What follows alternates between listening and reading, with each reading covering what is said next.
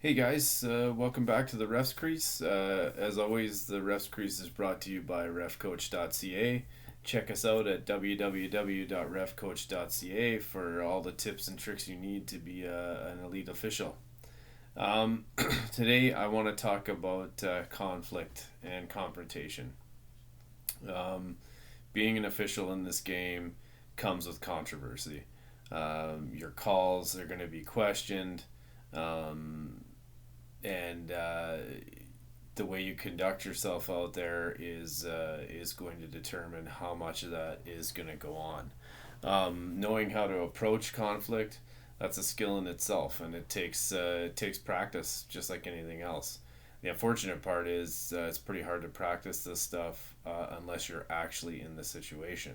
So we're gonna talk about a few tips and tricks you can use to diffuse situations and try not to get into them is a big start. So with that being said, um, the first and best way to deal with conflict is to prevent it.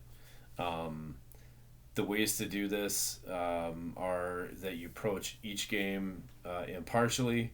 It doesn't matter what team you're doing, if you know that what they're capable of or their tendencies, if you ref them multiple times, if you know people on the team, if you know the coaches, maybe you played for them at some point or another, all that stuff. You got to take that and just put it all aside and work impartially when you're out there. Um, and no bias towards one team or another, of course. That's not what we're there for. Um, and knowing the calls and being clear with those calls, understanding them. If questions do arise, um, you have a good understanding of the rule you called, and you're confident in that call and what you saw, and you can clearly state why that happened. Um, it's important to the more professional you are, the more professional you come across. It's just natural that the less issues you're going to have, the more trust you build with coach and the players and all of the staff and stuff on the ice. So that's a big one right away. Preventing it if at all possible. Um,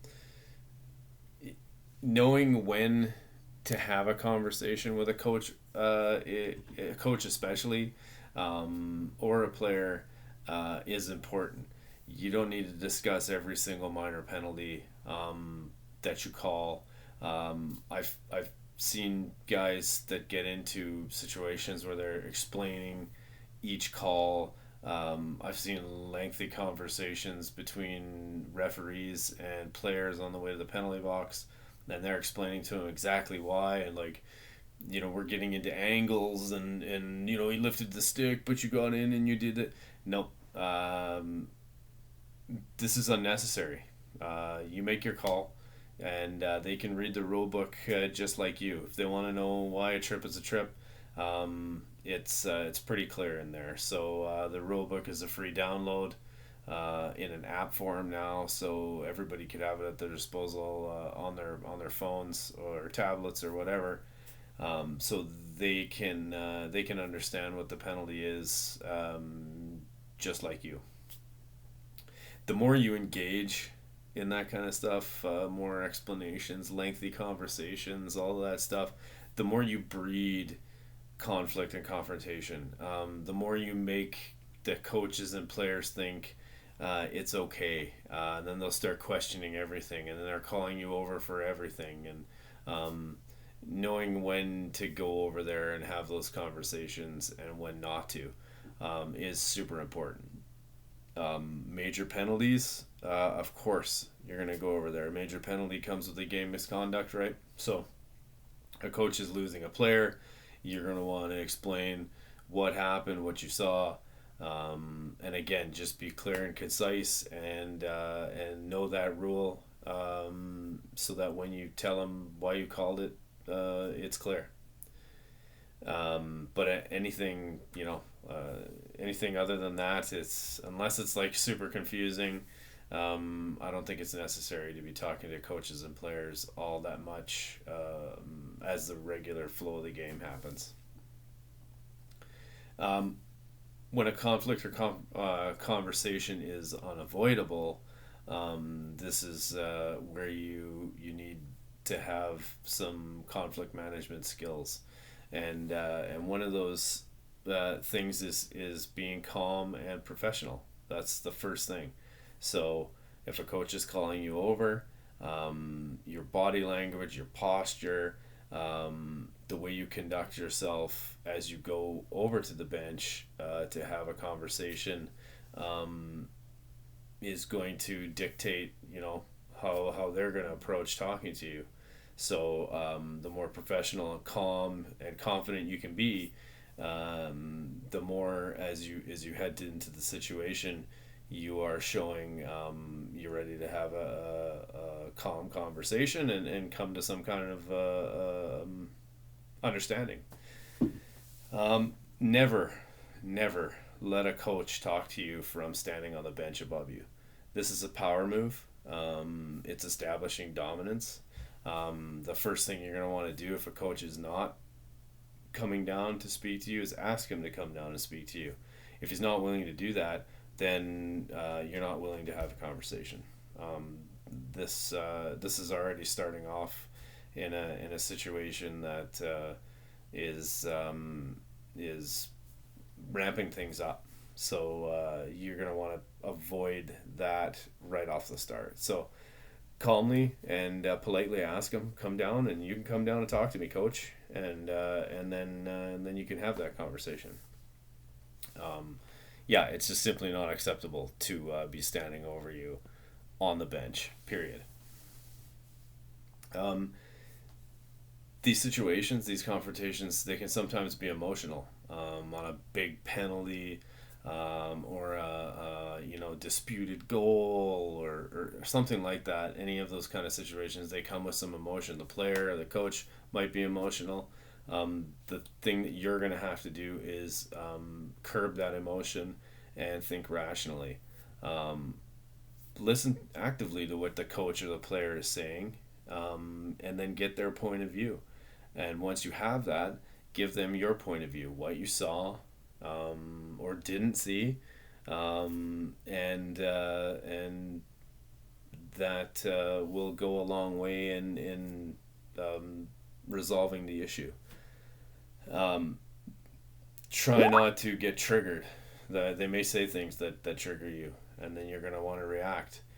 Whatever they say, just, you know, again, listen actively to what they're saying, um, and then give them your point of view back, and then either you come to resolution or you don't. But the other thing that you want to do is keep the conversation short and to the point. We're on timelines.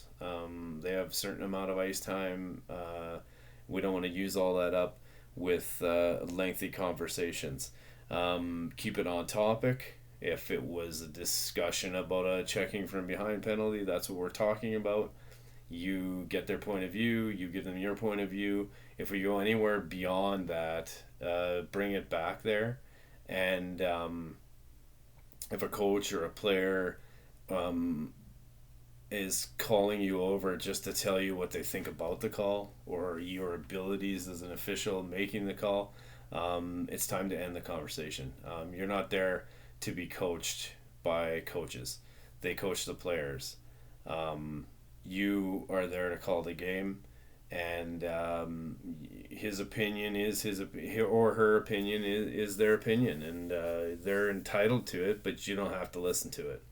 So keep it on point, keep it to what you were talking about. If you go anywhere from there, then you can just end it. The last thing, sometimes it's inevitable. Just remember, if any of these conversations or these confrontations become disrespectful to you in any way, you have the rule book at your disposal. And it may at that point be time to assess a penalty, maybe a misconduct. Hopefully it doesn't go further than that, but it can. So make sure you know what those rules are, what you have at your disposal. Use those tools if you need them. Don't go into these conversations looking for that, but definitely use it if you feel like you have to use it. It's important to take it to that next level if they're going to take it to that next level. Any Once you have that conversation, let's say you do get into a conversation about a tripping penalty, and you've explained it. They've asked, they've said how they saw it. You've said how you saw it. If they continue to talk about it after that, this is a unsportsmanlike conduct penalty. This is another 2 minute penalty. And as soon as it becomes disrespectful of anything beyond the penalty directly at your character, you're looking at misconducts. So, know when to use them, and use them when you need them. So, like I said before, guys, confrontation and conflict, it's going to happen. Um, I've always said that the game is unpredictable. Anything can happen. You're reacting out there to what's happened. If it's illegal and within the rules, you're going to call it. This will not always be agreed with by players, by coaches, and sometimes you're going to have conversations about it. So, keeping these tips in mind, I hope helps you in those situations. And if you have to go that route, then like I say, make sure we're brushed up on the rules and we know what we can call, and what we can do in situations where they just ramp up beyond the normal boundaries of talking about penalties or something of that nature.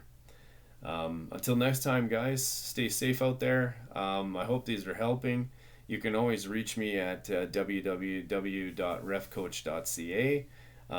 Also, Ref Coach Kalmar on Facebook, and Ref Coach Canada on Instagram. Feel free to message me there if you have any questions, and let me know if these tips are helping.